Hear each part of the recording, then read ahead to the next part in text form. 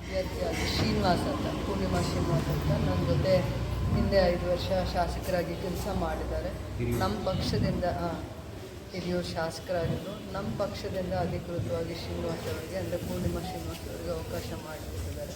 So ಅವ್ರ ಮನೆಯವರು ಇವತ್ತು ಇಲ್ಲಿ ತುಂಬ ಕಡೆ ಮೀಟಿಂಗ್ಸ್ ಇದ್ದಿದ್ದರಿಂದ ಇಲ್ಲಿ ಬರೋಕ್ಕಾಗಲಿಲ್ಲ. ಅವರು ಪರವಾಗಿ ಪೂರ್ಣಿಮಾ ಅವರು ಪ್ರಚಾರಕ್ಕೆ ಬಂದಿದ್ದಾರೆ. ಪೂರ್ಣಿಮಾ ಶ್ರೀನಿವಾಸ್ ಅವರು ಇವತ್ತು ಪ್ರಚಾರಕ್ಕೆ ಬಂದಿದ್ದಾರೆ. 5 ಜಿಲ್ಲೆಗಳಿರುತ್ತೆ. ಕೋಲಾರ ಜಿಲ್ಲೆ, ಚಿಕ್ಕಬಳ್ಳಾಪುರ ಜಿಲ್ಲೆ, ತುಮಕೂರು, ಚಿತ್ರದುರ್ಗ, ದಾವಣಗೆರೆ ಇವೆಲ್ಲ ಇದೆ. 33 ಅಸೆಂಬ್ಲಿ ಕಾನ್ಸ್ಟಿಟ್ಯೂನ್ಸೀಸ್ ಅಂದರೆ ತಾಲೂಕಾಸ್ ಬರುತ್ತೆ. 33 ತಾಲೂಕಾಸ್ ಬರುತ್ತೆ ಅವರಿಗೆ. ಸೊ ಎಲ್ಲ ಕಡೆಯೂ ಪ್ರಚಾರ ಮಾಡೋದಿರೋದ್ರಿಂದ ಸೊ ಅವ್ರ ಪರವಾಗಿ ಇವರು ಇವತ್ತು ಟೀಚರ್ಸ್ ಕಾನ್ಸ್ಟಿಟ್ಯೂನ್ಸಿ ರೆಪ್ರೆಸೆಂಟ್ ಮಾಡ್ತಾ ಇರೋರು ಶ್ರೀನಿವಾಸ್ ಅವ್ರ ಪರವಾಗಿ ಅವ್ರ ಧರ್ಮಪತ್ನಿಯವರು ಪೂರ್ಣಿಮಾ ಶ್ರೀನಿವಾಸ್ ಅವರು ಪ್ರಚಾರಿಸ್ತಿದ್ದಾರೆ. ಎಲ್ಲ ಕೇಳಬಾರ್ದು, ಬೇರೆ ಏನು ಕೇಳಿದ್ರು ಪ್ರಶ್ನೆ ಏನು ಕೇಳಿದ್ರು ಕೇಳಿ ಪರವಾಗಿಲ್ಲ. ನೀವೇನು ಕೇಳೋದು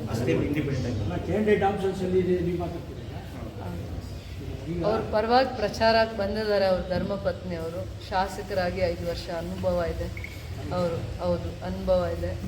ಮತ್ತು ಈ ಭಾಗದಲ್ಲೆಲ್ಲ ನಮ್ಮ ಮೇಲೆ ನಂಬಿಕೆ ಇಟ್ಟಂದರೆ ನಮ್ಮ ಕ್ಷೇತ್ರದಲ್ಲಿ ಟೀಚರ್ಸು ಮತ್ತು ಅವ್ರ ಅಸೋಸಿಯೇಷನ್ಸು ಮತ್ತು ಸರ್ಕಾರಿ ನೌಕರರ ಸಂಘದ ಅಧ್ಯಕ್ಷರು, ಪದಾಧಿಕಾರಿಗಳು ಈ ಭಾಗದಲ್ಲಿ ಸಕ್ರಿಯವಾಗಿ ಒಡನಾಟದಲ್ಲಿರೋದ್ರಿಂದ ಅವ್ರ ಸಂಪರ್ಕದಲ್ಲೂ ಆ ಕುಟುಂಬದ ಜೊತೆ ಒಳ್ಳೆಯ ರೀತಿಯ ಸಂಪರ್ಕ ಇರೋದ್ರಿಂದಲೂ ಕೂಡ ಅವರೇ ಪ್ರಚಾರಕ್ಕೋಸ್ಕರ ಬಂದಿದ್ದಾರೆ.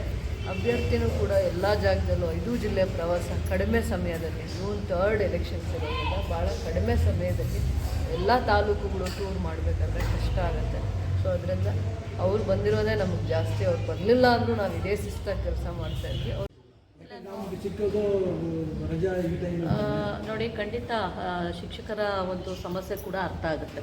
ನಾನು ಒಂದು ವಿದ್ಯಾಸಂಸ್ಥೆ ನಡೆಸ್ತಾ ಇರೋದ್ರಿಂದ ಶಿಕ್ಷಕರಿಗೆ ರಜಾ ಸಿಕ್ಕತ್ತೆ, ಸ್ವಲ್ಪ ಕುಟುಂಬದ ಜೊತೆ ಸಮಯ ಕಳಿಬೋದು ಅಂತ. ಆದರೆ ಇದನ್ನು ಇವತ್ತು ನಮ್ಮ ಸರ್ಕಾರ ಸಚಿವರು ಮಾಡಿರೋವಂಥ ಇದು ಬಂದ ಕಾರಣ ಏನು ಅಂತಂದರೆ, ನಾವು ನಮ್ಮ ರಾಜ್ಯದಲ್ಲಿ ಉತ್ತಮವಾದಂಥ ಗುಣಮಟ್ಟವಾದಂಥ ಶಿಕ್ಷಣವನ್ನು ಕೊಡಬೇಕು. ನಮ್ಮ ವಿದ್ಯಾರ್ಥಿಗಳು ಈ ಸಾರಿ 3 ಪರೀಕ್ಷೆಯನ್ನು ಕೊಟ್ಟಿದ್ದಾರೆ. ಮೊದಲನೇ ಪರೀಕ್ಷೆಯನ್ನು ತಗೊಂಡಾಗ ವಿದ್ಯಾರ್ಥಿ ಪಾಸಾದ ಅಂದರೆ ಒಂದು ವೇಳೆ ಅವನಿಗೆ ಮ್ಯಾಥ್ಸಲ್ಲಿ ಕಡಿಮೆ ಬಂತು ಅಂತಂದರೆ ಮತ್ತೆ ತೊಗೊಳಕ್ಕೊಂದು ಆಪ್ಷನ್ನು. ಮತ್ತು ಯಾವುದೋ ಒಂದು ಮಕ್ಕಳು ಒಂದು ಸಬ್ಜೆಕ್ಟಲ್ಲೋ 2 ಸಬ್ಜೆಕ್ಟಲ್ಲೋ ಫೇಲ್ ಆದರು, ಆ ಫೇಲ್ ಆದಂಥ ಮಗು ಮತ್ತೆ ಬರೀಬಹುದು. ಈಗ ಎಲ್ಲ ಮಕ್ಕಳು 5 ಬೆರಳು ಒಂದೇ ಥರ ಇರೋಲ್ಲ. ಒಂದು ಮಗುಗೆ 6-7 ಸಬ್ಜೆಕ್ಟು ಒಟ್ಟಿಗೆ ಕಲಿತು ಪಾಸಾಗುವಂಥ ಕೆಪಾಸಿಟಿ ಇರುತ್ತೆ. ಒಂದು ಮಗುವಿಗೆ ಸಮಯ ಕೊಟ್ಟರೆ, ಸ್ವಲ್ಪ ಸಮಯ ಕೊಟ್ಟು ಹೇಳಿಕೊಟ್ರೆ ಪಾಸಾಗುವಂಥ ಕೆಪಾಸಿಟಿ ಇರುತ್ತೆ. ಸೊ ಅದನ್ನು ಅರ್ಥ ಮಾಡಿಕೊಂಡು ಇವತ್ತು ನಮ್ಮ ಸರ್ಕಾರ ಶಿಕ್ಷಣ ಸಚಿವರು ಈ ಒಂದು ಇದನ್ನು ತಂದಿದ್ದಾರೆ. ಒಂದು ಇದು ಅವ್ರಿಗೆ ಪ್ರಾಕ್ಟೀಸ್ ಥರ. ಈಗ ಮನೆಯಲ್ಲೇ ಇದ್ದುಬಿಟ್ರೆ ಮಕ್ಕಳು, ಮತ್ತು ಸರ್ಕಾರಿ ಶಾಲೆಗೆ ಬರೋರು ಯಾರ ಮಕ್ಕಳು? ಬಡವ್ರ ಮಕ್ಕಳು, ಕೂಲಿ ಕಾರ್ಮಿಕರ ಮಕ್ಕಳು, ತುಂಬ ಬಡ ವರ್ಗದ ರೈತರ ಮಕ್ಕಳು, ಇಂಥವ್ರು ಬರ್ತಾರೆ. ಅವರಿಗೆ ತಂದೆ ತಾಯಿಗೆ ಮನೆಯಲ್ಲಿ ಮಕ್ಕಳಿಗೆ ಸಮಯ ಕೊಡೋದಕ್ಕೆ ಆಗೋದಿಲ್ಲ. ಯಾಕೆಂದರೆ ಈಗ ಒಬ್ಬ ಕೂಲಿ ಮಾಡೋವಂಥ ಒಬ್ಬ ಹೆಣ್ಮಗಳು ಅಪ್ಪ ಇದ್ದರೆ ಅವರು ನಾಳೆ ಊಟಕ್ಕೇನು ಅಂತ ಯೋಚನೆ ಮಾಡೋವಂಥ ಪರಿಸ್ಥಿತಿ ಇರುತ್ತೆ. ಮಗುನ ಕೂರಿಸ್ಕೊಂಡು ಫೇಲ್ ಆಗಿದ್ದಾನೆ ನನ್ನ ಮಗ 2 ಸಬ್ಜೆಕ್ಟಲ್ಲಿ, ನಾನು ಓದಿಸ್ಬೇಕಪ್ಪ ಅನ್ನೋದು ಪಾಪ ಅವ್ರಿಗಿರಲ್ಲ. ಯಾಕಂದರೆ ನಾಳೆ ಮನೆ ನಡಿಬೇಕು, ನಾಳೆ ನಾನು ಊಟದ್ದೇನು, ಬಾಡಿಗೆ ಮನೇಲಿದ್ದರೆ ನಾನು ಬಾಡಿಗೆ ಕಟ್ಟಬೇಕು ಏನು ಅಂತ ಯೋಚನೆ ಇರುತ್ತೆ. ಸೊ ಅದಕ್ಕಾಗಿ ಸರ್ಕಾರ ಆ ಮಕ್ಕಳ ಹಿತದೃಷ್ಟಿಯಿಂದ ಶಿಕ್ಷಕರಿಗೆ ಸ್ವಲ್ಪ ಕಷ್ಟ ಆಗಿದೆ, ನಮಗೂ ಅರ್ಥ ಆಗುತ್ತೆ. ಆದರೂ ನಮ್ಮ ಶಿಕ್ಷಕರು ಇದನ್ನು ನೆಗೆಟಿವ್ ಆಗಿ ತೊಗೊಳ್ಳಲ್ಲ ಅಂತ ನಾನು ಭಾವಿಸಿದ್ದೇನೆ. ಕರ್ನಾಟಕದ ಶಿಕ್ಷಕರು ಕೂಡ ಯಾವಾಗಲೂ ಕೂಡ ಈ ಕ್ಷೇತ್ರಕ್ಕೆ ಒಂದು ಉತ್ತಮವಾದಂಥ ಕೊಡುಗೆ ಕೊಡ್ತಾ ಬಂದಿರುವಂಥವ್ರು. ಹಾಗಾಗಿ ಅವ್ರಿಗೆ ಪಾಪ ಚುನಾವಣೆ ಒತ್ತಡ ಇದೆಲ್ಲ ಇದ್ದರೂ ಕೂಡ ಖಂಡಿತ ಇದನ್ನು ಬೇಜಾರು ಪಟ್ಕೊಳ್ದೆ ಕೆಲಸ ಮಾಡ್ತಾರೆ ಅನ್ನೋಂಥ ವಿಶ್ವಾಸ ನಮಗಿದೆ. ಏಡೆಡ್ ಸ್ಕೂಲಲ್ಲಿ ಈಗ ಹೆಲ್ತ್ ಕಾರ್ಡ್ ಬರೀ ಗೌರ್ಮೆಂಟ್ ಟೀಚರ್ಸ್ಗೆ ಮಾತ್ರ ಅನ್ವಯ ಆಗುತ್ತೆ, ಆದರೆ ಏಡೆಡ್ ಸ್ಕೂಲ್ ಟೀಚರ್ಸ್ಗೆ ಇಲ್ಲ ಅಂತ ಅದು ಒಂದು ನೋವಿದೆ ನೋಡಿ. ಇದು ಭಾಳಷ್ಟು ಈಗ ಈ ಒಂದು ಕ್ಷೇತ್ರದಲ್ಲಿ 3 ಬಾರಿ ಆಯ್ಕೆ ಆಗಿದ್ದಾರೆ ನಾರಾಯಣ ಸ್ವಾಮಿ ಅವರು. ಆದರೆ ಅವ್ರು ಯಾವತ್ತೂ ಕೂಡ ಇಂಥ ವಿಷಯಗಳನ್ನ ಸರ್ಕಾರದ ಮುಂದೆ ಚರ್ಚೆ ಮಾಡಿ ಇದನ್ನು ಪರಿಹಾರ ಮಾಡೋದಕ್ಕೆ ಆಗಲಿಲ್ಲ. ಕಳೆದ ಬಾರಿ BJP ಸರ್ಕಾರನೇ ಅಸ್ತಿತ್ವದಲ್ಲಿತ್ತು. ನ್ಯೂ ಪೆನ್ಷನ್ ಸ್ಕೀಮ್ನ ರದ್ದು ಮಾಡಿ ಓಲ್ಡ್ ಪೆನ್ಷನ್ ಸ್ಕೀಮ್ನ ತರಬೇಕು ಅಂತೇಳಿ ಶಿಕ್ಷಕರು ಫ್ರೀಡಮ್ ಪಾರ್ಕಲ್ಲಿ ಫೈಟ್ ಮಾಡಿದ್ರು. ಅಂಥ ಸಂದರ್ಭದಲ್ಲಿ ಒಂದು 3-4 ಜನ ಸೂಸೈಡ್ ಕೂಡ ಅಟೆಂಪ್ಟ್ ಮಾಡಿದ್ರು.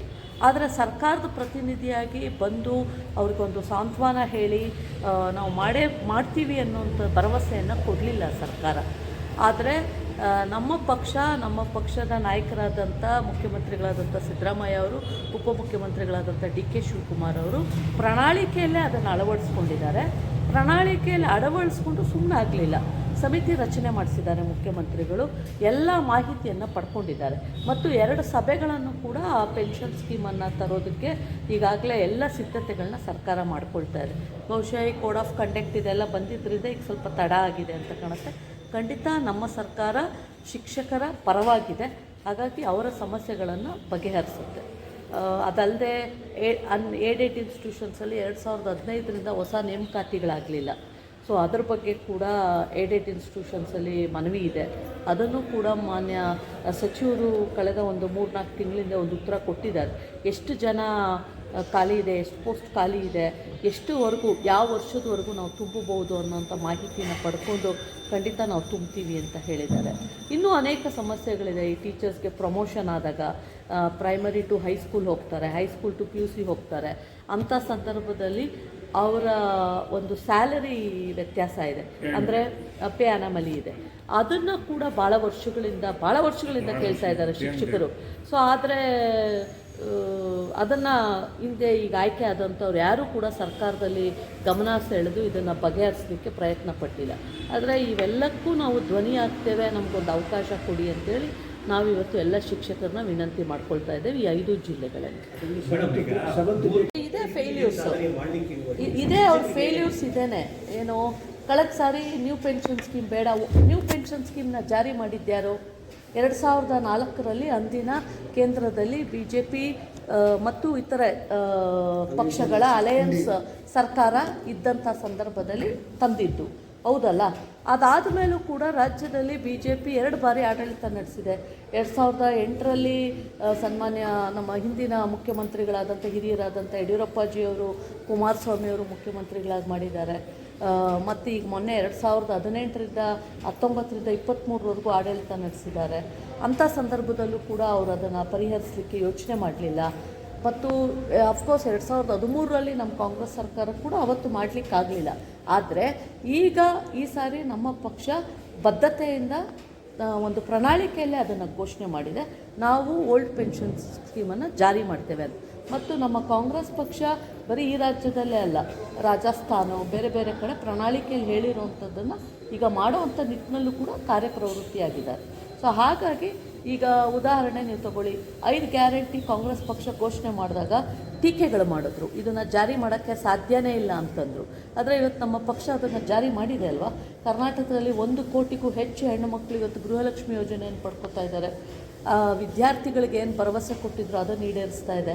ಸೊ ಹಾಗಾಗಿ ನಮ್ಮ ಸರ್ಕಾರ ಪ್ರಣಾಳಿಕೆಯಲ್ಲಿರೋ ಅಂಶಗಳನ್ನು ಸೀರಿಯಸ್ ಆಗಿ ತೊಗೊಳುತ್ತೆ. ಅದು ಬರೀ ಪ್ರಣಾಳಿಕೆಗೆ ಸೀಮಿತ ಆಗೋದಿಲ್ಲ.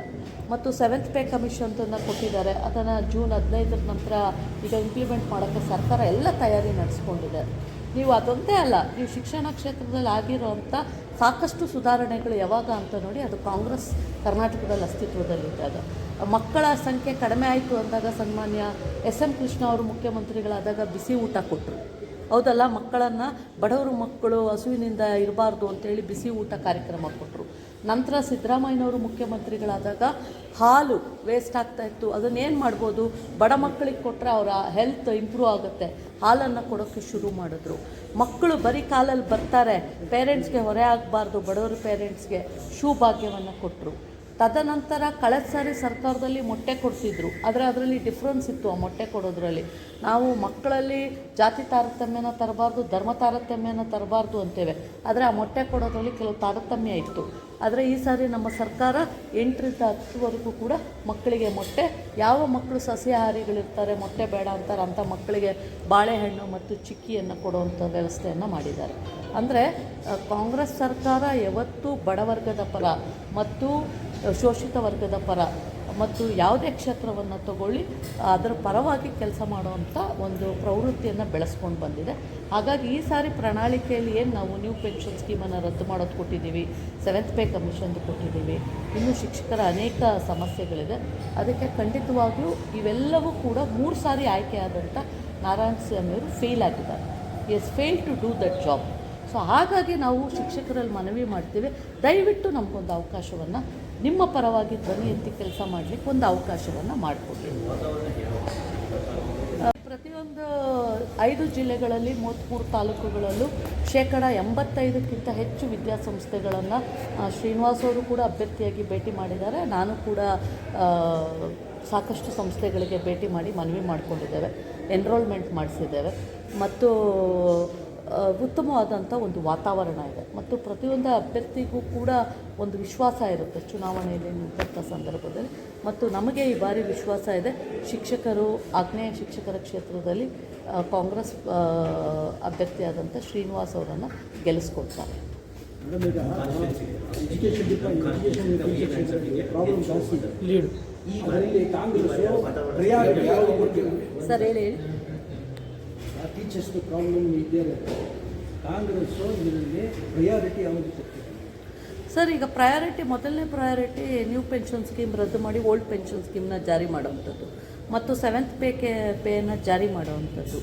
ಇನ್ನು ಕೆಲವು ಸಮಸ್ಯೆಗಳೇನಿದ್ದಾವೆ ಕಾನೂನಾತ್ಮಕ ದೃಷ್ಟಿಯಿಂದ ಅವುಗಳನ್ನು ಬದಲಾವಣೆ ಮಾಡಬೇಕು.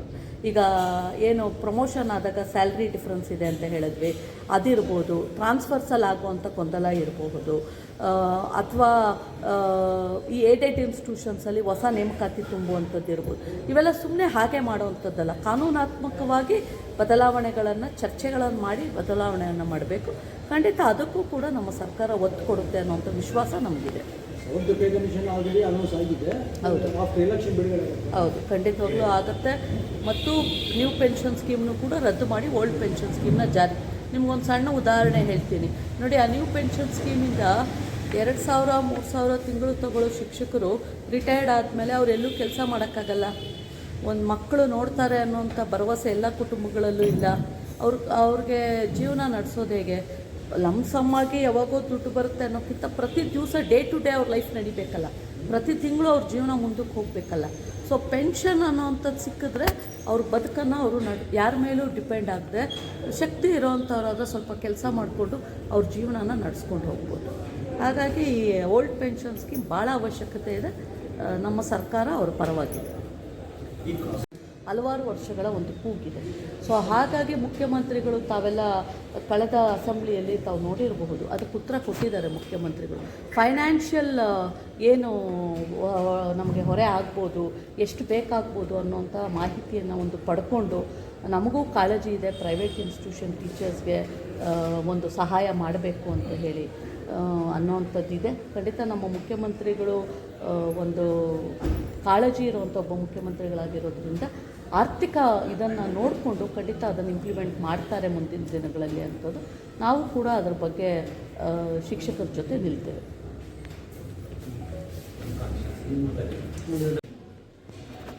ನನಗೆ ಹಿಂದೆ ಚುನಾವಣೆಗಳು ಹೇಗಾಗಿದೆ ಅನ್ನುವಂಥದ್ದನ್ನು ಪರಾಮರ್ಶೆ ಮಾಡೋದಕ್ಕಿಂತನೂ ಕೂಡ ಇವತ್ತಿನ ವಾತಾವರಣ, ಸರ್ಕಾರಿ ನೌಕರರ ಸಂಘದ ಅಧ್ಯಕ್ಷರ ಆದಿಯಾಗಿ ಪ್ರೈವೇಟ್ ಇನ್ಸ್ಟಿಟ್ಯೂಷನ್ಸ್ ನಡೆಸ್ತಾ ಇರುವಂಥವ್ರು ಎಲ್ಲರನ್ನೂ ಕೂಡ ಇವತ್ತು ನನ್ನ ವೇದಿಕೆಯಲ್ಲಿ ನಾನು ನೋಡಿದಾಗ ಅವರಲ್ಲಿ ಬದಲಾವಣೆಯನ್ನು ನಿರೀಕ್ಷೆ ಮಾಡ್ತಾ ಇದ್ದಾರೆ. ಯಾಕಂದರೆ ಸಾಕಷ್ಟು ಸಮಸ್ಯೆಗಳು ಕಳೆದ 10 ವರ್ಷಗಳಲ್ಲಿ ಬಂದಂಥ ಶಿಕ್ಷಕರಿಗೆ ಏನು ಸಮಸ್ಯೆ ಬಂದಿರ್ಬೋದು, ಮತ್ತು ಅವರ ಪ್ರೊಫೆಷನಲ್ ಇರುವಂಥ ಸಮಸ್ಯೆಗಳಿದ್ದಾಗ ಸರ್ಕಾರ ಇದ್ದಾಗ ಯಾವ ರೀತಿ ಸ್ಪಂದಿಸಿದ್ದಾರೆ ಅನ್ನೋವಂಥ ವಿಚಾರಗಳು ತಗೊಂಡಾಗ ಆ ಸಂದರ್ಭದಲ್ಲಿ ಏನೇನು ಆಗಿದೆ ಅಂತ ಘಟನೆಗಳು ಆಗಿದೆ ಅನ್ನೋವಂಥ ವಿಚಾರದಲ್ಲಿ ಏನು ಈಗ ಸಂಘಟನೆಗಳವ್ರಿಗೆ ಅವ್ರ ಮನಸ್ಸಲ್ಲಿ ಏನಿದೆ ಅನ್ನೋವಂಥದ್ದನ್ನು ನಾವು ಕೆದ್ಕೋಕ್ಕೆ ಹೋಗಲ್ಲ. ಒಂದು ಬದಲಾವಣೆಯ ಒಂದು ಆಲೋಚನೆಯನ್ನು ಮಾಡ್ತಾ ಇದ್ದಾರೆ.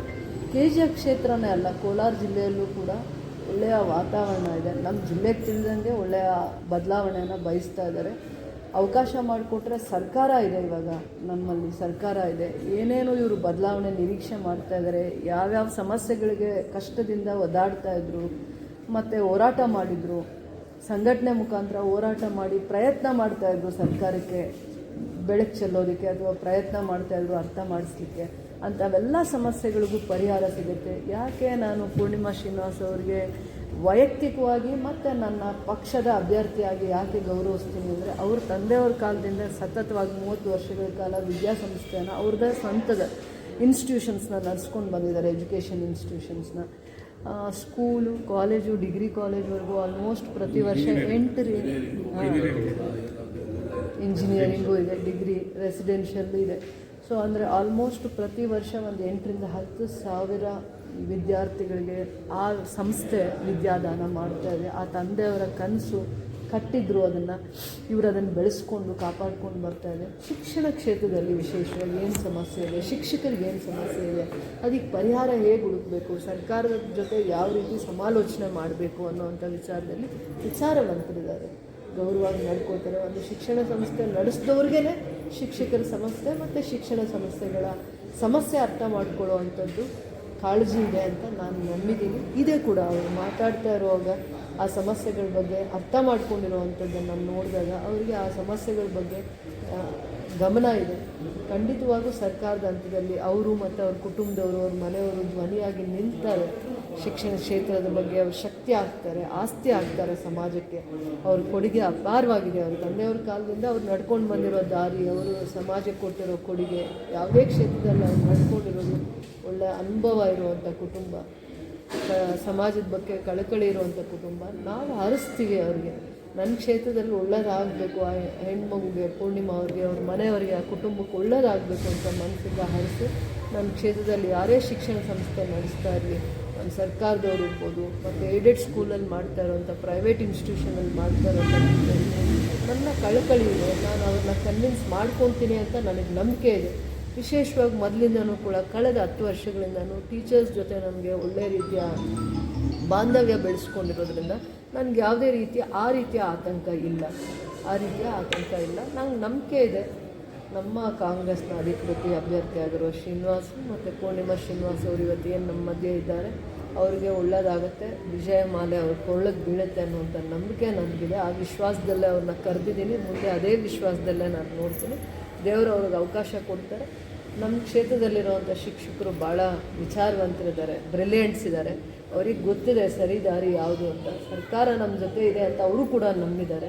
ನಮ್ಮ ಪರವಾಗಿ ನಿಲ್ತಾರೆ ಅನ್ನೋ ನಂಬಿಕೆನೇ ಇದೆ. ಹಿಂದೆ ವಿಚಾರದ ಬಗ್ಗೆ ಜಾಸ್ತಿ ಚರ್ಚೆ ಮಾಡೋದು ಬೇಡ. ಸ್ಪಂದಿಸಲ್ಲ ಅನ್ನೋವಂಥ ವಿಚಾರನ ಅವರು ಹಿಂದೆ ಇದ್ದಂಥ ಸಮಸ್ಯೆಗಳು, ಶಿಕ್ಷಕರಲ್ಲಿ ಮತ್ತು ವಿದ್ಯಾಸಂಸ್ಥೆಗಳಲ್ಲಿ ಇದ್ದಂಥ ಸಮಸ್ಯೆಗಳಿಗೆ ಬೆಳಕು ಚೆಲ್ಲಿದ್ದಾರೆ ಆ ಸದನದಲ್ಲಿ ಅಥವಾ ಹೊರಗಡೆ ಅಂತಂದಾಗ ಅವರೇ ಹೇಳೋವಂಥ ಹೇಳಿಕೆಗಳಲ್ಲಿ ಅವರ ಪ್ರಯತ್ನ ಎಷ್ಟು ಇತ್ತು ಅನ್ನೋವಂಥದ್ದನ್ನು ನಾವು ಚರ್ಚೆ ಮಾಡೋದಕ್ಕಿಂತ ಅದನ್ನು ಈಗ ಚುನಾವಣೆ ಬಂದಾಗ ಚರ್ಚೆ ಮಾಡಿದ್ದಾರೆ ಅಂತ ಹೇಳ್ತಾರೆ. ಚರ್ಚೆ ಮಾಡಲ್ಲ, ಅವಕಾಶ ಬದಲಾವಣೆಯನ್ನು ಕೇಳ್ತಾ ಇದ್ದಾರೆ, ಅವಕಾಶ ಮಾಡ್ತಾರೆ ಅನ್ನೋ ನಂಬಿಕೆ ನನಗಿದೆ.